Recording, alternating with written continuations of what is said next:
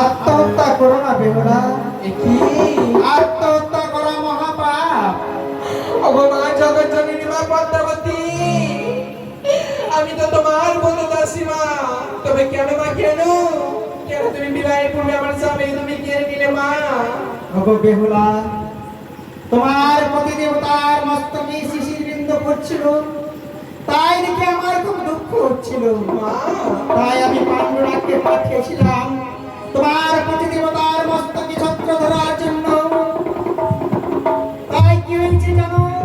বলো মা। ওই পাণ্ডুরাজের ছত্র ছায়ায় তোমার পতি দেবতা ভুলে পড়েছে। তবে কি করে আমার স্বামীকে আমি ফিরিয়ে পাবো মা?